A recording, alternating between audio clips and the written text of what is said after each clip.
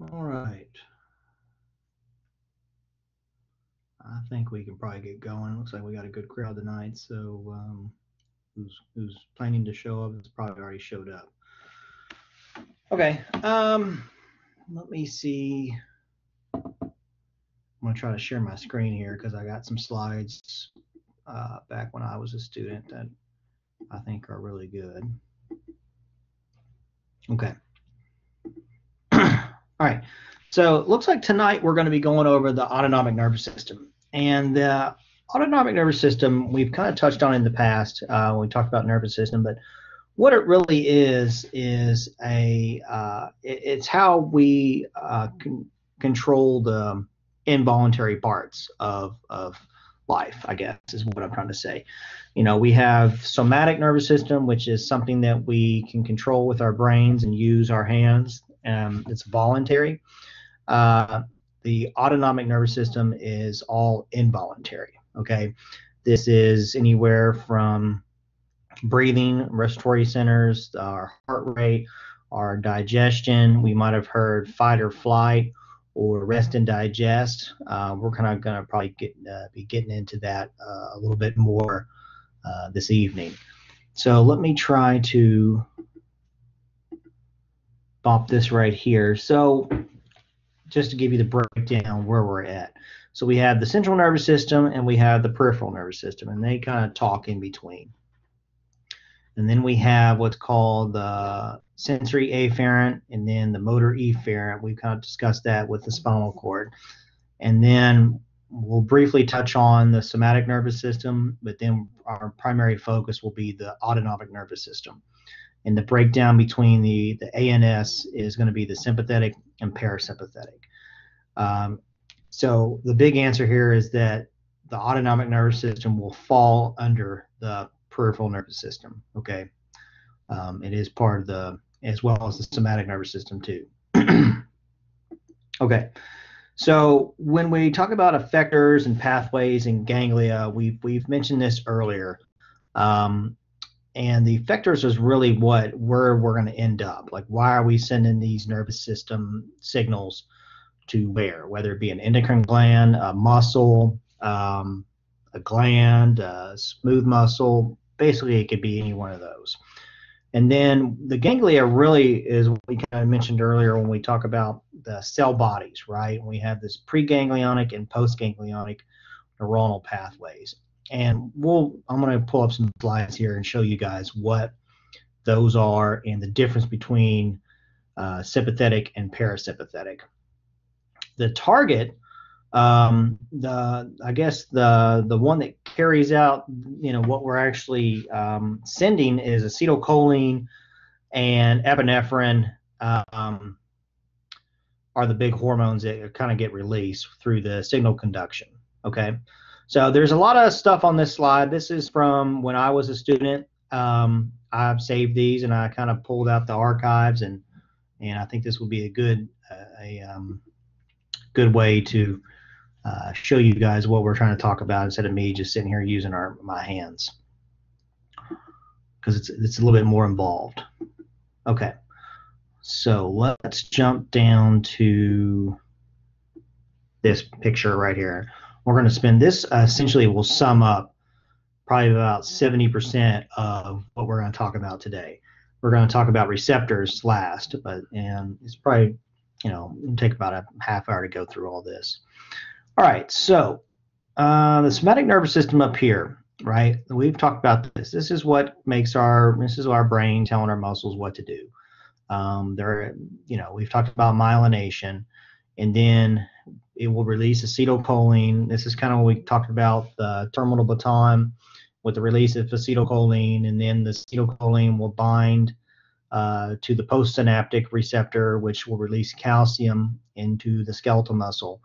And then the calcium kind of helps cause contraction, right, between the myosin and actin filaments. You may remember myosin head binds to the actin, and that's kind of how we get muscle tone, muscle contraction, right? We have to pull the calcium out of the muscle for things to relax. You might have remembered that when we went through spotlight sessions or at least class. All right, so Single neuron does this with the somatic nervous system. Fairly basic. We just deal with the acetylcholine and the skeletal muscle. All right, so down here at the bottom is the autonomic nervous system, and this is what we're going to be talking about today, this evening rather. So we have the sympathetic, and then we have the parasympathetic. So let's start up here with sympathetic. The sympathetic nervous system, we're going to kind of learn about. That is the fight or flight response of the nervous system. So if we are to find a stimulus that we may find threatening to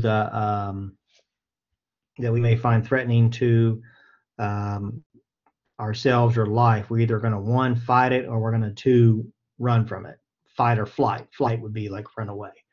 So it's a term we've probably been taught for years now. It's the fight or flight response of the sympathetic nervous system. And what this does is that and we're going to talk about what the sympathetic nervous system really does, is that it will increase the heart rate, it will dilate the bronchioles, it will cause vasoconstriction in some of the vessels. And oh, I'm sorry, I thought I heard somebody. Did somebody ask a question? No, maybe not. Maybe it was a mistake. Okay. You all let me know if this microphone cuts out. Sometimes I get caught up in my concept and I can't really tell. But it looks like it's working right now. Okay. So when the sympathetic nervous system is up, the parasympathetic nervous system will be down. All right. They will play off of each other. They're antagonistic. So if one is up, the other one's down.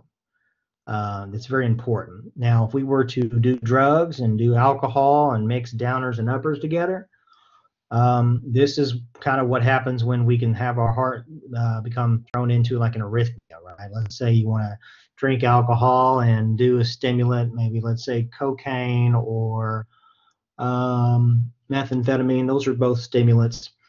And we mix alcohol. Alcohol is a depressant, it's a downer, so it's going to lower the sympathetic nervous system, increase the parasympathetic nervous system. This is kind of where we get into the effects of having some serious trouble with the cardiac cycle. And what kind of touched on what happens with pharmaceuticals and stuff, because I think students kind of can apply that to real life and understand what's really going on here and why we care to learn this. So let's talk about this right here. These are preganglionic axons, right? And this is the ganglia we talked about, otherwise known as ganglion. And so this is where we get the first neuron will release acetylcholine, and then it will bind to the postganglionic axon right here, right?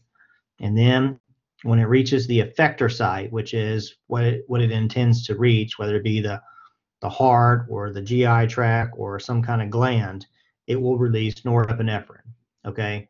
The sympathetic nervous system releases norepinephrine onto these different types of tissues, glands, cardiac muscle. Okay, same here. It can also fire action potential down to what's called the adrenal glands. The adrenal glands sit on top of the kidneys, right? And the adrenal glands will make epinephrine and norepinephrine in an area called the adrenal medulla. Okay, and then when we get acetylcholine released onto this endocrine organ, we get epinephrine, and norepinephrine is released into circulation. So that's kind of interesting. It can also, you may or may not know that there's also the adrenal cortex, right, inside the adrenal gland. So we have the adrenal gland, and in the middle we have the medulla, which is, the medulla kind of means center of something, and cortex kind of always means on the outside. So in the middle of the adrenal gland, we have the adrenal medulla, right? That's what makes this epinephrine and norepinephrine. On the cortex, on the outside, is where cortisol comes from. You don't have to know that, but it's just kind of interesting when we deal with stress. When we're waking up in the middle, in the morning, we have a high cortisol level. It's something that we don't want to have lots of.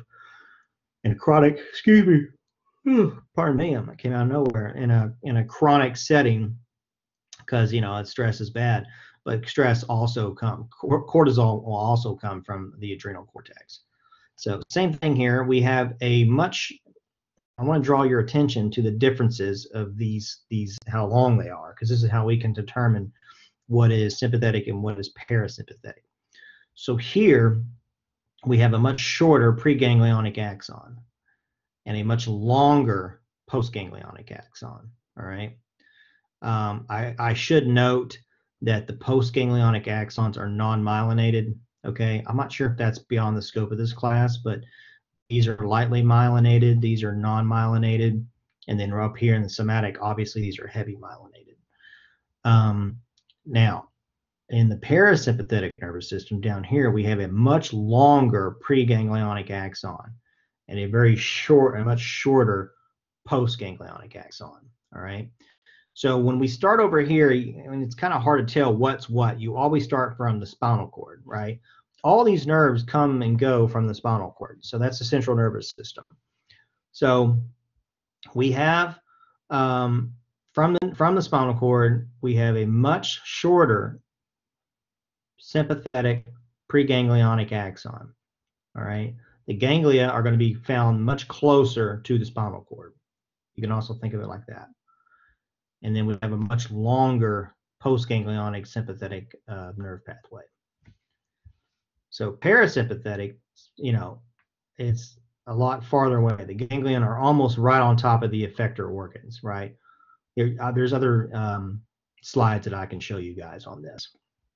But and over here we just have I should say, just like in the somatic nervous system, obviously we don't have any ganglia here in the somatic, but the difference between the similarity between the somatic nervous system and the parasympathetic nervous system is that it's all acetylcholine.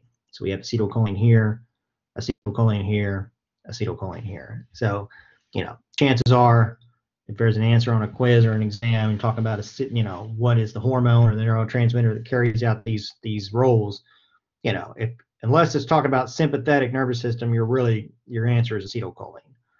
That's the big neurotransmitter. And then norepinephrine is the only one that's deals with the sympathetic nervous system. So a good way to remember this, at least why epinephrine is used so much, is like if we have a code, right?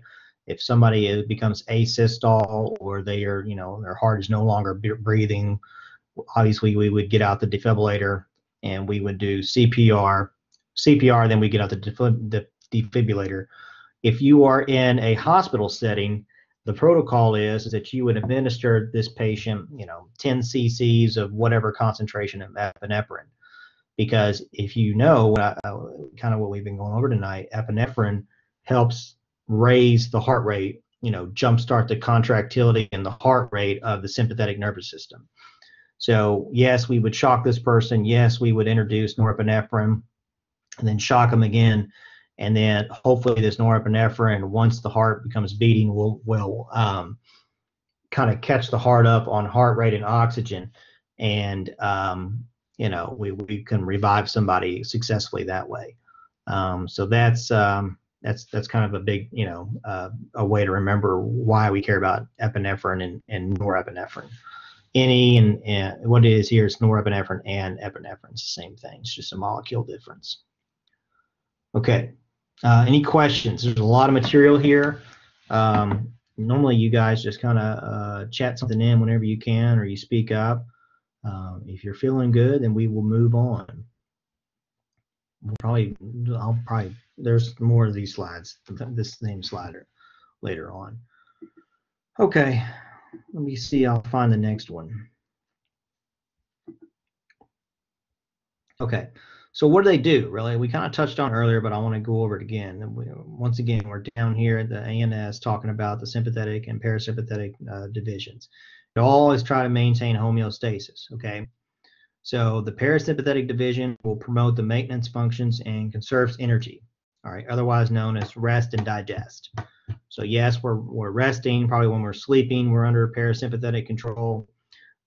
When we have eaten food, we will undergo the digestion part is the sympathetic nervous division taking over that digestion, especially within our gut. And you may see a lot of the parasympathetic nerves tend to leave the spinal cord in the lumbar area. That's where most of our intestines live. In the, not exactly the thoracic. That's going to be more sympathetic, but down there where we have our guts and our stomach and where our digestion will take place, you'll find a lot of parasympathetic nerve leaving the spinal cord there. And there's a picture of that later on. All right, and first is the sympathetic division really just mobilizes the body during activity. This is the fight or flight, and we'll kind of touch on what all these do. So we have this rest and digest system. What I haven't gone over really is the digestion, diuresis, and defecation. So if we are to use the bathroom, we obviously have to relax our sphincters. Our sphincters are what really allows us to release content, right? Whether it be urine or fecal content. So now you may think, well, hold on, Drew, I can hold my urine or my content until I have a bathroom nearby. Yes, you can. There's two different sphincters. One you have control over and one you don't. And it really takes a couple of years of age to really get control of this. That's why kids sometimes have accidents, because they really don't have a lot of control over their external sphincter. The external sphincter, in both the anal rectal external sphincter and then the urethral sphincter, is what we have control over, right? If you need to hold something, because you're nowhere near a bathroom, this is when we feel like we need to go to the bathroom and we're holding it. This is what we're controlling. However, the internal sphincter is all under control of the autonomic nervous system. It's smooth muscle. The external sphincter is skeletal muscle, right? So if we go back up here, skeletal muscle, this is you holding your external sphincter, all right? Down here is the internal sphincter that you have no control over, right? And it just so happens that when you are to relax one, the other one relaxes, and that's kind of what helps us use the bathroom, which is kind of interesting. So it's just different how the body works sometimes. So another interesting thing here is that we kind of talked about the blood pressure and the heart rate and the respiratory rates will all decrease in their parasympathetic nervous drive. All right, we have a high gastrointestinal tract activity, rest and digest, as we may remember, and then the pupils become constricted. Lenses accommodated for the close vision. The pupils, the ciliary, I don't know if they're called ciliary muscles. They are the ones that will control the lens of the eye. And we're going to be going over the eye and sensory mechanisms next week. And the interesting thing is that the ciliary muscles of the eye will either contract or relax, and this is what causes the lens to either become flat or tighten. That's why we have to use glasses, the reading glasses, because these muscles are worn out, and we need correction up front. It's called hypopia, I believe. Myopia is you can't see far away. That's me. So the pupils become constricted, okay? That means that the muscles are relaxing. The muscles are on each side. Like, think of this, my head is like an eyeball, and the ciliary muscles are on each side. And let me see, you probably can't see me, but right here. So if the muscles were to relax, then the eye will go, the lens will go inward, right? It becomes more curved, right? And this is what also will constrict our pupils. Now, if we are under sympathetic nervous system, the ciliary muscles will contract, so they'll pull back, and that causes the lens to flatten, and then we can our pupils become dilated. All right, there's a reason why police want to always look in your eyes to see if you're on something. And this is, if you're on alcohol is a depressant. That means that you may have constricted pupils, which means that there's a chance that if you're driving drunk, that this alcohol has affected your ciliary muscles because you're under parasympathetic control because the alcohol is affecting that. This is all circumstantial, but this is what builds a case up when they want to try to charge you with something that you may have may not have done. That when they're looking in your eyes, they'll look in your eyes and see if you're dilated or constricted. People who are brain dead, sometimes they will send a light in your eye, and then depending if your eye, obviously, if you look in the sun, your pupils are going to constrict, right? And that tells us if their brain is alive and it's working. If somebody, one way they can tell whether somebody's brain dead, either from drowning or from a car accident or some kind of traumatic event, if they think they're reached a vegetated state and they shine a light in their eye and you don't see any reaction to the pupil, chances are that this person has now become brain dead and has entered a vegetative state. It's kind of a tall tale sign whether, the amount of brain damage that has been going on.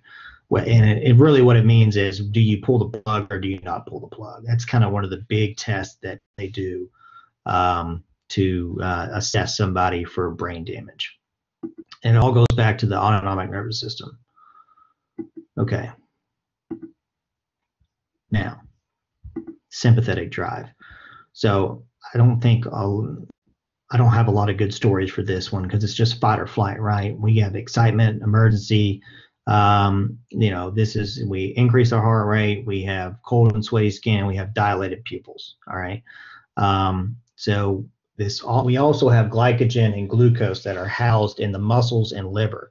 And this is what, when the muscles need energy very quickly, they will utilize this glycogen, break it down as glucose. And that's kind of how we use our muscles. If you're fighting somebody or running like hell, you need glucose and you need oxygen to your muscles to carry out these tasks. The dilation of bronchioles in the lung will help maximize the amount of oxygen we can intake into the lungs. And then the glucose found in the liver and the muscles are there to provide energy for the muscles to carry out their duties. Okay. Now, we're kind of getting in now. This is another example of what I talked about between preganglionic and postganglionic axons. And we're not going to get into too much of this stuff. So the parasympathetic nervous system here is, we have this very long, we start the spinal cord, right? And a lot of them are either going to be found at the top of the head or kind of closer to the bottom. I guess I said thoracic. I said lumbar. Maybe I meant to say sacral. Because it looks like the sympathetic is more lumbar thoracic. So the parasympathetic nerves are going to leave the spinal cord either at the top or at the bottom. And they're going to have the spinal cord.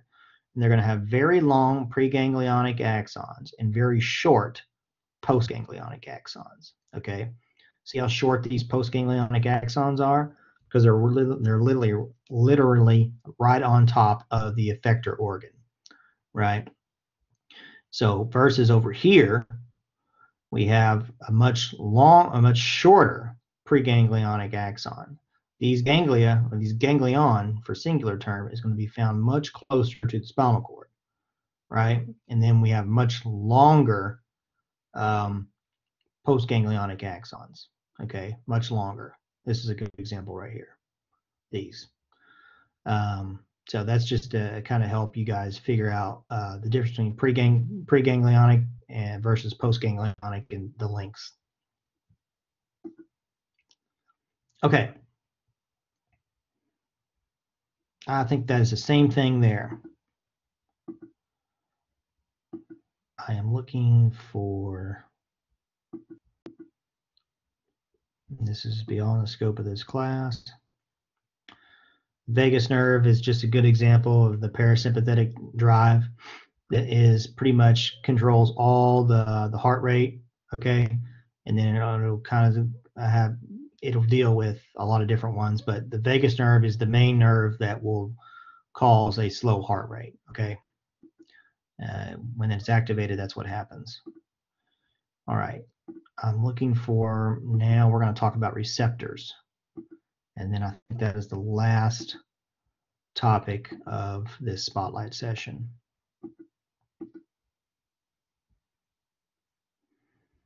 It's kind of closer to the bottom. Okay. Let's touch on neurotransmitters because that's kind of what brings us into our receptor talk. Neurotransmitters, once again, the big ones are acetylcholine, right? ACH, acetylcholine, and then we have norepinephrine. 80% of it's going to be acetylcholine, and then the norepinephrine is going to be released in the sympathetic nervous system at the postganglionic site, right? So ACH, acetylcholine, is released from cholinergic fibers, right? And we're going to get into this next. We're going to talk about what this really is. So that is all autonomic nervous system preganglionic axons, all right? So let's see, preganglionic axons, we get this ACH release, right? Here's the preganglionic axon in the parasympathetic, and we have preganglionic axons in the sympathetic. So these are all going to be cholinergic fibers. I did well with this last night. Right. So this is kind of what this is saying right here. Cholinergic axons, preganglionic axons, right? All parasympathetic postganglionic axons. So all parasympathetic postganglionic axons release acetylcholine. Now, we've talked about norepinephrine, right? Well, norepinephrine is released by adrenergic fibers, okay? Adrenergic fibers. So if you remember, this is an adrenergic neuron right here, pathway, that releases norepinephrine, okay? That is the only time that we see norepinephrine, and those are considered adrenergic nerve fibers. Now we're going to dive into this a little bit more. So now let's go back to cholinergic receptors. All right. There's two types. So we're talking about acetylcholine, right? Here, here, and here, and here. Anywhere you see ACH, the acetylcholine is going to bind to something that's called cholinergic receptors. And there's two different types. There's nicotinic receptors, and then there's muscarinic receptors. All right. Nicotinic may or may not have known that for people who smoke cigarettes tend to lose weight, right? They tend to have a lot lesser weight because these nicotinic receptors are found in all postganglionic neurons, sympathetic and parasympathetic. But this nicotinic, the name nicotinic comes from nicotine, because when you smoke cigarettes, we all know that nicotine is found, and that's the addiction molecule that's found in cigarettes and vaping, I think, too, will bind to the nicotinic receptors, which will activate the sympathetic nervous system and cause the heart rate to increase. So people who have who smoke on a regular basis have an elevated heart rate, all right, and then they lose weight because of this.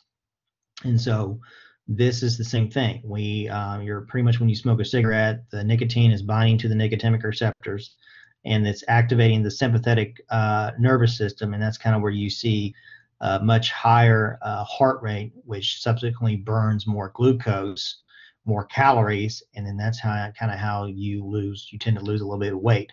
People who stop smoking sometimes blow up like a blimp because you're losing that nicotine, you're losing that sympathetic drive, and you're no longer burning the calories like you used to. I suppose that's a perk of smoking, but the cons far outweigh the pros when it comes time to smoking. Okay, so it also opens up ion channels and depolarizes the postsynaptic cell. They're pretty much found almost everywhere, okay? The muscarinic receptors, on the other hand, these are more tailored to specific areas in the body, right? They are still dealing with acetylcholine, all right? So they can either be inhibitory or excitatory. And mostly when I learned when I was a student that they are using cardiac muscle cells, right? When binding acetylcholine to muscarinic receptors on cardiac muscle cells, this will help slow the heart rate, right? So heart cells, essentially that's what happens. And then over here, when we have them, they're also found in the smooth muscle cells of the intestinal tract. It will help increase motility. So that's kind of interesting. All right. Now, adrenergic receptors. Adrenergic receptors only deal with norepinephrine. So when we have this norepinephrine getting released into the circulation, right, here and here, they have to go find a receptor to bind to carry out their task. So when these norepinephrines, we have these adrenergic receptors found in our heart, right? There's 4 of them. There's different subclasses that we're not going to really dive into, or maybe there's 5 of them. I can't remember. You have the alpha receptors and you have the beta receptors. Beta adrenergic receptors, alpha adrenergic receptors, and they will either increase the heart rate or do different things. Contractility is involved. They just play out different roles. So now there's a pharmaceutical application here that I kind of want to talk to you all about, and that's called beta blockers. Okay, so I'm going to try to tie this in. When we have sympathetic control, when we are under sympathetic control, we've mentioned that it will increase the heart rate, right? It'll increase the heart rate, and it also increases something called contractility, and that is how hard the heart beats, right? How hard it will push blood out. Epinephrine does this too. It's called an entropic effect, and it's more of a Bio 139 term, but you all will soon enough be learning all about this. And what happens is that when we have a beta blocker, that means that, well, I should back up. When the heart is contracting too much, what will happen is that this is how we develop high blood pressure. And as you may remember in the kidneys and stuff, that if we have high blood pressure for a long period of time, it will tend to smoke our kidneys out. It's a bad thing. We don't want to have that happen a lot. And what happens is that when this, one way we can combat this is giving somebody what's called a beta blocker. And a beta blocker will help block, obviously it's an antagonistic thing, block the receptor. So when epinephrine binds, it no longer binds to the beta receptor. This will subsequently lower the contractility, which lowers the blood pressure, and will also kind of somewhat lower the increase of the heart rate. Okay, and like it's not as high of a pronounced heart rate, right? And then obviously it has some effectors in the bronchial relaxation, otherwise known as the beta 2 receptor. Okay, so it's just kind of interesting how beta blockers that some people take for for high blood pressure, it all goes back to the autonomic nervous system. That's what's kind of really cool, is how we can apply this to real world. And that's always important when I'm trying to teach concepts, why we're really learning this. So I think that is the last concept to go over. There is some antagonistic interactions. That basically means when one is up, the other one is down. I don't think there's anything else worth mentioning because we're going to go over receptors and everything. Okay, let's go over this real quick. So when we talk about the parasympathetic tone, right? This basically is just the partial constriction of this is under sympathetic tone. This is the partial constriction of blood vessels. Okay, you see if the blood pressure were to drop, sympathetic fires will fire faster than normal to increase the constriction of blood vessels, and this causes the blood pressure to go up. This is the example of the antagonistic part. So if one is up, the other one is down. It's all about homeostasis and getting right at that certain set point. Okay, and then down here it just kind of explains the same thing. Now I wanted to move to this right here when we talk about sympathetic drive. So we mentioned earlier that the dilation of skin, blood vessels, and allowing heat to escape also activates if you were to get nervous or you start sweating. Dry mouth, this is the sweat glands that sometimes get activated. Also, if you're trying to get rid of heat, it's another way we sweat by doing that. And then when your body temperature drops, we constrict these blood vessels to kind of keep our heat within our body. Okay, and our metabolic effects we kind of touched on already, but I want to go over them again. Under sympathetic control, this will increase the metabolic rates of the cells. It also increases the use of blood glucose. We want blood glucose levels to be high because if we get blood circulating in the body systemically, then the muscles can pick off that glucose. Other organs can pick off that glucose. It's kind of what provides the energy to carry out the fight or flight. Same with the fats right here. So that's kind of important. All right, and I think that's all we're going to touch on for the spotlight session. Everything else is a little bit beyond the scope.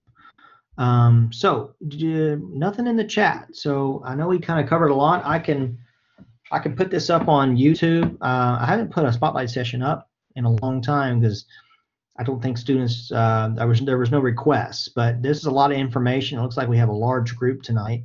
If this is something that you may want to review on YouTube, I guess I made a channel this semester. My students recommended that I do this.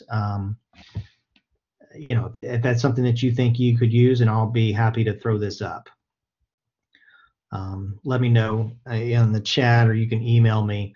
And if you're thinking of any questions, feel free to throw them in the chat. And I'm going to find your all's email. I'm going to find your all's attendance form here. Hold on.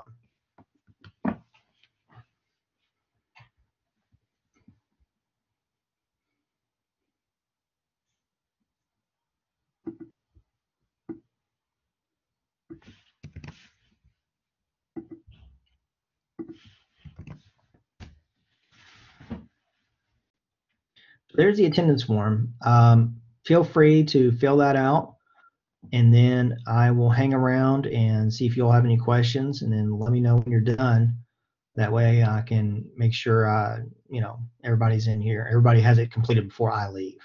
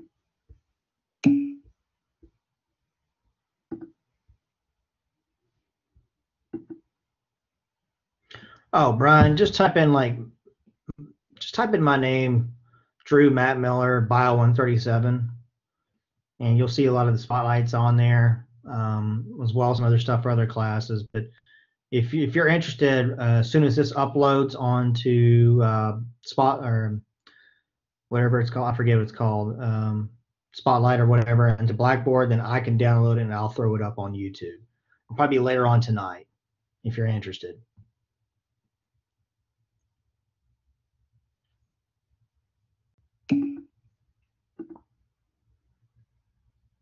Yeah, I found some of my old notes, some when I was a student. I think that really helps. I couldn't find anything that I really liked through this class. Thank you, Haley. We'll see you later. So I think this helps, looking at it and seeing it.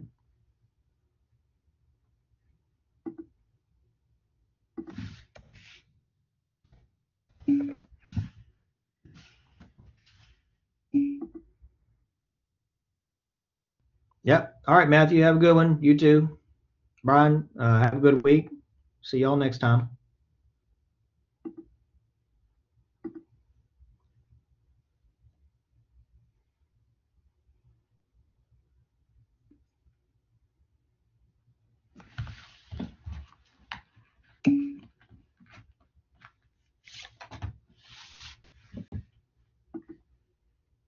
Yeah, Beer.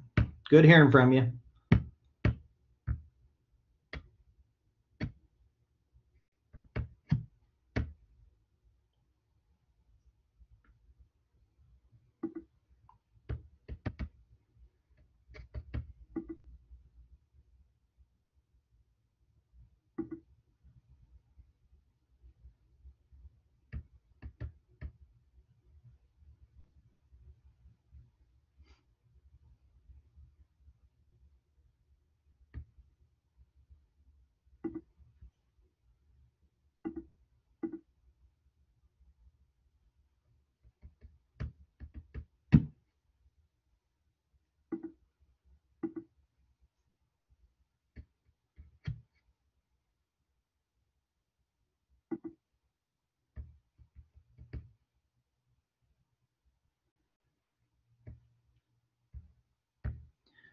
Hey, Lisa, I was just wondering if you got any questions or you got a problem on the attendance form, let me know if you're there. If not, I'm assuming you might have stepped away from your computer. I'm gonna head out of here.